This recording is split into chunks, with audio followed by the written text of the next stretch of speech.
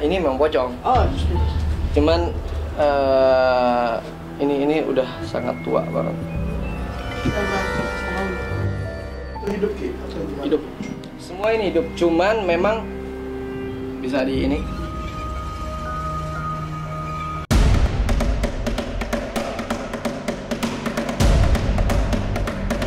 Memasuki padepokan Ki Pranalewu, tak ubahnya memasuki labirin mistik. Mereka yang tidak biasa dengan hawa metafisika akan tersesat dalam fata morgana karena di tempat ini banyak sekali terjadi benturan energi. Ki Prana pun bahkan mengaku sering merasakan aura yang tidak nyaman di tempat prakteknya sendiri. Benarkah? Jangan dulu berlalu, masih akan banyak keganjilan terjadi di sini. Dan jangan lupa subscribe, like, share, dan komen agar tak ada yang terasa ganjil di sekitar Anda.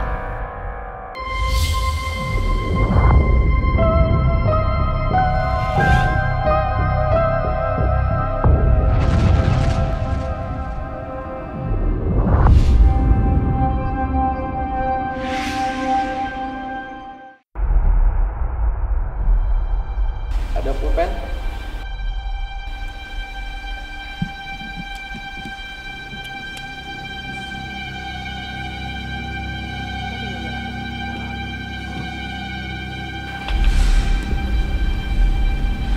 Sekarang bakarnya dinyalain.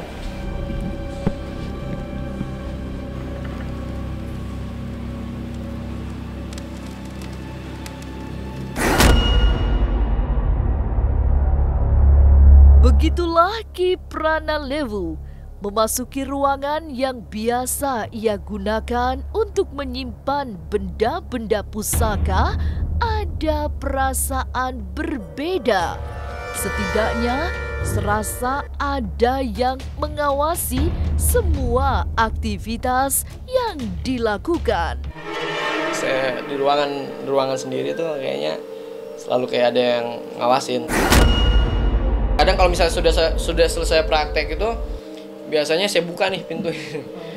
Pintu ini saya buka, saya ngerokok misalkan ya kan, karena suka parno nih di ruangan ini. Semua benda mistik memang dipajang begitu saja, tapi Ki Prana mengetahui secara mendetail benda mana yang sekedar pajangan serta yang mana yang memiliki nyawa. Termasuk koleksi awal di saat ia mulai merintis sebagai praktisi spiritual. Ini beberapa koleksi waktu zamannya merintis jadi spiritual. Jadi ada yang hasil tarikan, ada yang dikasih, ada yang memang orang nitip, jadi macem-macem. Paling banyak keris. Di rumah juga koleksinya ada keris. Dibilang paling lama atau paling bagus, cuman kalau yang paling bagus memang saya sisihkan di tempat di rumah. Kalau di sini memang terlihatnya agak kusam, agak lawas, agak lama. Hanya aja memang beberapa dari warangkanya itu memang kita buat atau kita beli, tapi isinya itu rata-rata tua semua yang di sini dan di rumah juga seperti itu. Keris memang identik dengan mistik dan koleksi itulah yang cukup banyak dimiliki Ki Pranalewu. Sebagian besar berasal dari menangkap di alam lewat ritual tertentu. Ini saya bilangnya ini pusaka pusaka daun ya, karena bentuknya memang seperti daun ya. Tapi ini sangat tua, bisa dilihat dari garis dari kemakan usia. Kemakan usia ini sudah cukup lama saya saya pegang ini, tapi ini bukan di daerah Jawa saya dapetinnya. Entah Sulawesi, entah Sumatera, saya lupa karena sudah cukup belasan tahun. Ini memang saya dapatkan pada saat saya memulai perjalanan spiritual. Kalau usia, karena saya belum pernah mengecek, tapi kalau misalkan dari guratannya ini kurang lebih 400 sampai 500 tahun ya. Kurang lebih ya. Tapi benarkah di Padepokan Kiprana banyak koleksi jenglot hidup? Jangan kemana-mana, tetap subscribe, like, share, dan komen agar tak ada yang terasa ganjil di sekitar Anda.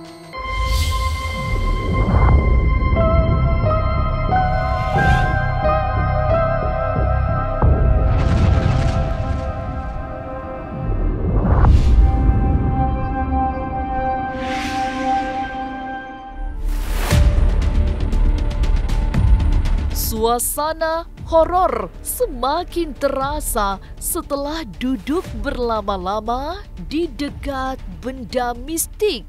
Sebagian besar memiliki energi metafisika, terutama beberapa jenis benda yang berasal dari makhluk hidup, seperti jenglot yang dari bentuknya sudah sangat mistik.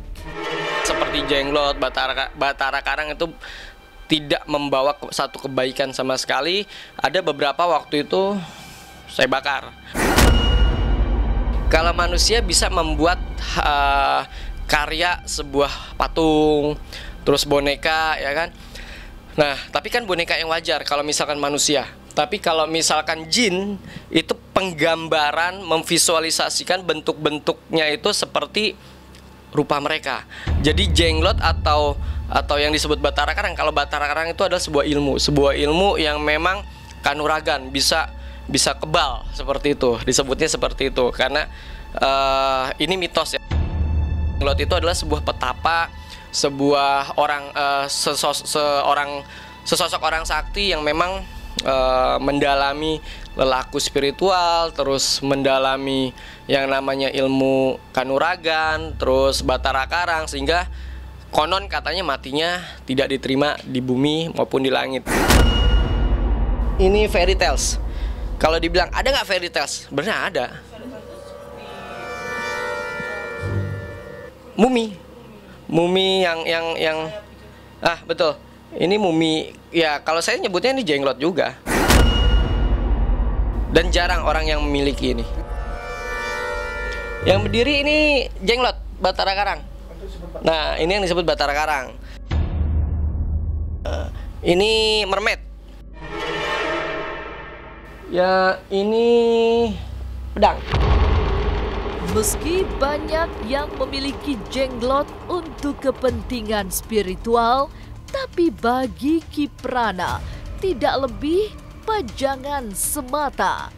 Beberapa yang diyakini masih hidup sudah tidak memiliki energi negatif karena memang telah dibersihkan dari anasir buruk. Jenglot. Ini namanya jenglot. Itu hidup Ki, atau gimana? Hidup. Semua ini hidup, cuman memang negatifnya sudah kita buangin. Jadi karena saya sebagai praktisi, saya sebagai spiritual, ini hanya saya jadikan sebuah hiasan atau sebuah barang koleksi. Terus ini juga ada itu apa tuh Ki? buaya, betul. Itu namanya ada kesebutan Ki? Tetap saya nyebutnya ini fosil atau jenglot. Itu berapa ratus tahun Ki? Wah, saya kurang paham kalau ditanya beberapa ratus tahun. Ini aja kan camp kempot tuh, sampai kisut-kisut nih. Ini werewolf. Wow, jadi werewolf itu benar-benar ada? Ya, saya sih sebagai pecinta seni. Jadi werewolf itu kan sebuah tayangan fiksi ya. Jadi saya sih nyebutnya ini werewolf karena memang bentuk mukanya seperti anjing, ya kan. seperti serigala. Tapi ya entah ini werewolf bener atau tidak ya saya kurang paham. Saya hanya sebagai pecinta seni, sebagai pengkoleksi. Kalau saya bilang sih ini mati ya, karena diginin tuh. Oh enggak deh, bisa di ini. Rasa ada musan? Ada hembusan. Yakin ya ada musan? Ini hidup. Ini mermaid juga. Ini mati, Ji. Ini mati nih. Ini kayaknya ini jauh lebih tua dibandingkan yang gede ini. Dapat di mati, Ki. Ini kalau nggak salah di Pelabuhan Ratu. Ini di pinggir pantai kalau ini. Sementara itu, dari sudut yang agak tersembunyi, ada sosok yang tak kalah seram. Bukan jenglot, melainkan pocong yang sudah membatu. Dengan hati-hati, Kiprana mengangkatnya karena selama ini benda itulah yang membuatnya sering terganggu. Ini. Iya. Terus Sepertinya agak-agak Kayak pocong. spooky ya. Nanti sebenarnya. Ini memang pocong. Oh, Cuman ini udah sangat tua banget. udah berapa 100 tahun. Tahun berapa tuh dapat? Wah, saya lupa ini. Itu dapat penarikan atau gimana sih, Ki? Saya kan orangnya untuk menghilangkan rasa takut ini, saya selalu kalau buat saya kuburan itu bukan sesuatu yang ditakutin, karena setiap waktu manusia pasti akan ada di sana gitu. Buat saya yang paling menakutkan biasanya gedung-gedung. Nah, kalau ini saya memang mendapatinya ini sih awal-awal ritual, awal-awal ya saya jadi spiritual lah. Jadi saya gali itu pakai sendok. Jadi gali ini pakai sendok. 4 hari. Kurang dari seminggu pokoknya. Jadi ini juga nggak terlalu dalam ya, maksudnya. Kalau misalnya segini lah. Jadi saya ambil ya begini. Cuman pertama-tama ini serem karena selalu menghantui. Awal-awalnya ya. Awal ada 3 bulan saya pegang ini, saya kan makanya sampai sekarang saya masih agak sedikit, bukan fobia ya, masih agak sedikit takut sama pocong. Selain jenglot yang juga dominan dimiliki Kiprana Lewu adalah keris. Dari mana sajakah koleksi itu didapat? Jangan kemana-mana, tetap subscribe, like, share, dan komen agar tak ada yang terasa ganjil di sekitar Anda.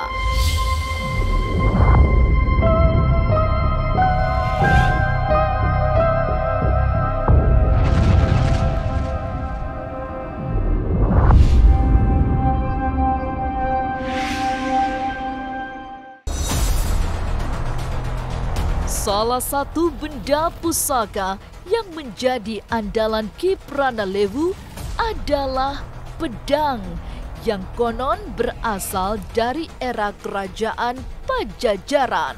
Pusaka petarung yang diperoleh lewat ritual di sebuah pertemuan arus atau tempuran di kawasan Puncak Bogor, Jawa Barat. Ini saya dapetin ini setahun atau 2 tahun yang lalu. Kalau ini saya narik di daerah Puncak. Itu ada pertemuan arus sungai. Jadi saya lakukan ritual di sana dan dapetin ini. Mungkin dulu ini punya salah satu jawara atau salah satu pendekar di zaman itu. Terus dikalahkan oleh jawara-jawara daerah sana. Ya, ini akhirnya kita temukan. Jadi ini sebenarnya tidak bertuan. Biasanya kalau yang punya sudah tidak ada atau tidak adanya dalam artian normal, dia meninggal dunia, biasanya kan turun temurun nih. Nah, kalau misalnya benda-benda yang kita temukan ini biasanya itu memang sudah tidak bertuan. Jadi bisa kita tarik atau kita dapatin melalui proses ritual itu. Beralih dari pedang pusaka era Pajajaran, ada koleksi yang agak berbeda dimiliki Kiprana. Sebilah keris yang bahkan ia pun tidak pernah membukanya. Keris itu juga sengaja dipisahkan karena memiliki energi negatif. Para praktisi atau pecinta keris mengenalnya sebagai keris buntel mayit yang sering dipakai untuk menyakiti orang lain secara mistik.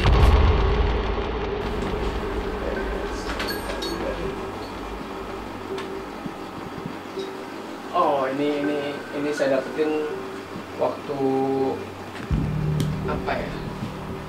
Nanganin masalah santet, makanya saya pisahin di atas. Kenapa tuh Ki? Dipisahin sama yang di bawah gitu? Bedanya apa tuh? Karena ini biasa digunain sama praktisi para tokoh. Ini namanya keris buntel mayit. Jadi keris buntel mayit memang digunakan untuk menyakiti seseorang. Makanya saya pisahin di atas. Sebagai koleksi yang paling banyak dimiliki Kiprana, keris ada di sejumlah sudut, termasuk di lantai atas yang menjadi tempat penyimpanan keris dengan kategori bagus. Ini dan ini kurang lebih 400 tahunan. Kalau ini saya perkiraan kurang lebih ini sekitar 250 tahunan lah. Dari besinya aja. Jadi kalau ini saya bentar.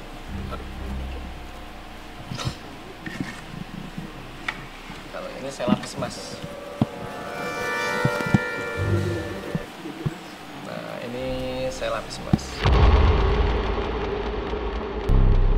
Mengoleksi benda-benda tua, bertuah, dan beraroma metafisika sudah dilakukan Kiprana Lewu sejak berpuluh tahun silam.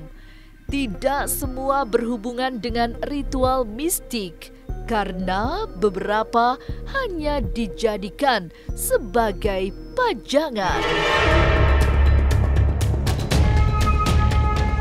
Sampai jumpa pada episode selanjutnya dengan kisah-kisah ganjil setiap hari Senin, Kamis, dan Jumat pukul 5 sore.